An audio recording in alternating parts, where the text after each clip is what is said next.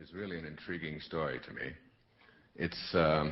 It's really an example of what the message we both have in our books and tapes and our live performances around the world. That there are no accidents, that the universe is on purpose, that when the student is ready, the teacher will appear, that the right person will show up and has always been there. I mean, this is a man that grew up on the other side of the world, in New Delhi. The son of a physician, a man who went to medical school, who lived around the world and became a world-famous endocrinologist. And I grew up a little bit before, but not much, here in Detroit, delivering pizzas.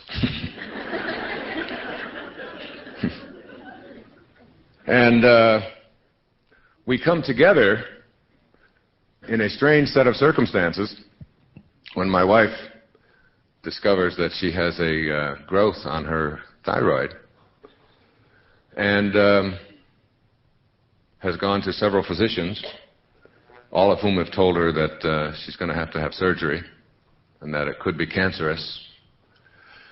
And my wife has a very powerful knowing within her. It's very different than a belief.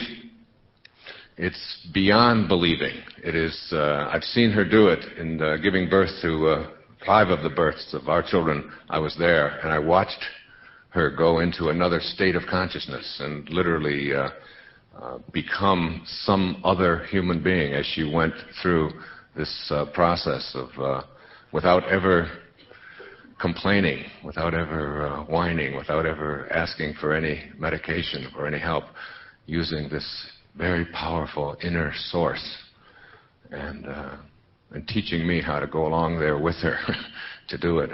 I've seen her do that, and I knew that she had this knowing when she was told that she had this growth. Now, I had heard of the name Deepak Chopra as just a funny Indian name. I mean, who's named Deepak? I mean, please. I promise you, at Denby High School, there wasn't a Deepak in any of my classes. And I'm sure in New Delhi there wasn't a Wayne either. And so I called the people at Nightingale Conant who produced my tapes, and I said, I would like you to send me the best tapes that you can send on self-healing. And they said, well, we only have one that constitutes the best.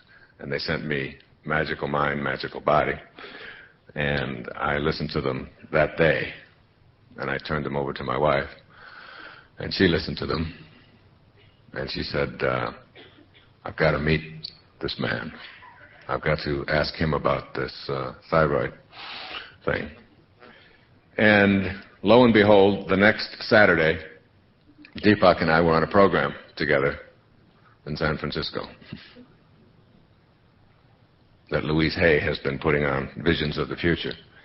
And after his talk, early in the morning, I was speaking late in the afternoon and he was on in the morning, I went over to this man where there were hundreds of people standing in line asking for autographs.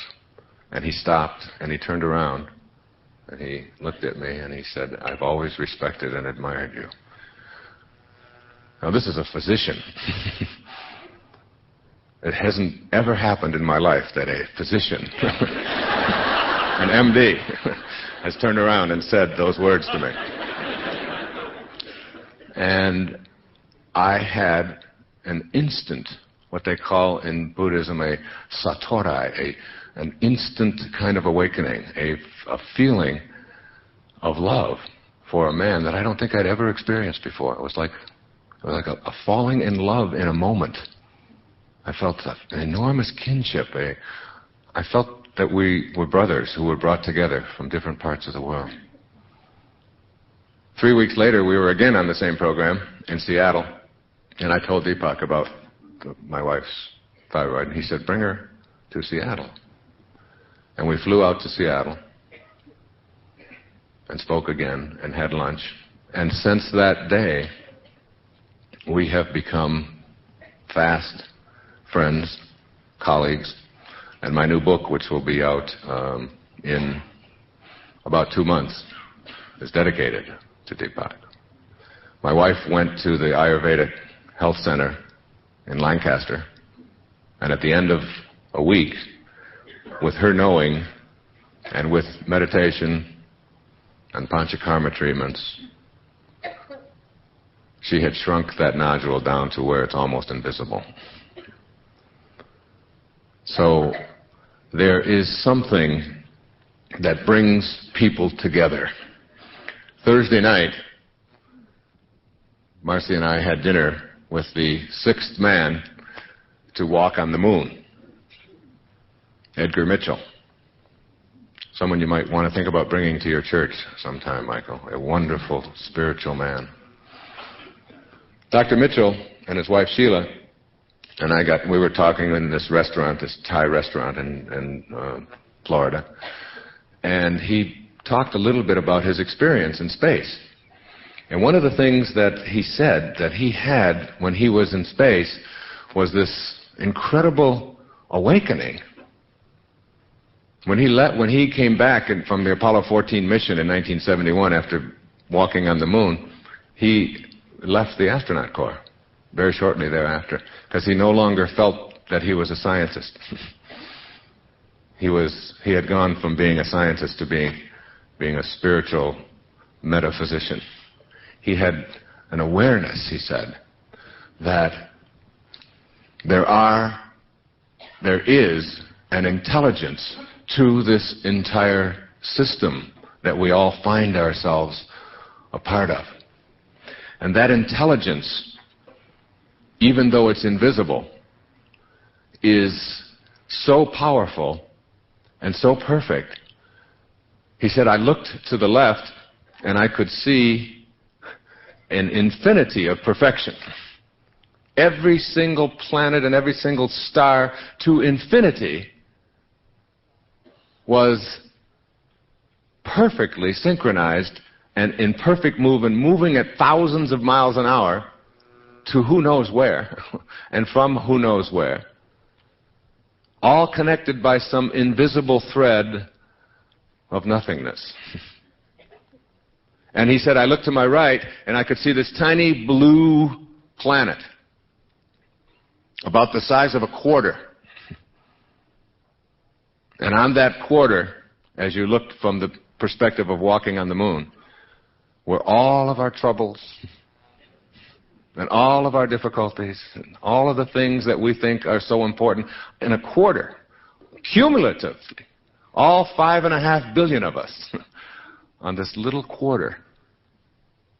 All of our worries of whether or not Michigan really can beat Cincinnati. Can 5 freshmen really do this? All of the concerns that we have, all of the freeways and all of the traffic jams and all on this little quarter. And he said that moment was a satori experience, an instant awakening. So you begin to develop as you become more tuned in to this higher consciousness that we'll be talking about here today, and begin to tap into it and use it, not just as something to dazzle your friends with, but as a way to create a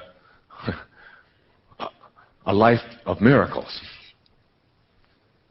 As you get good at this and have this knowing that healing and abundance and happiness and relationship perfection and all of the things that we seem to think are not within our purview to have, all become everyday miracles.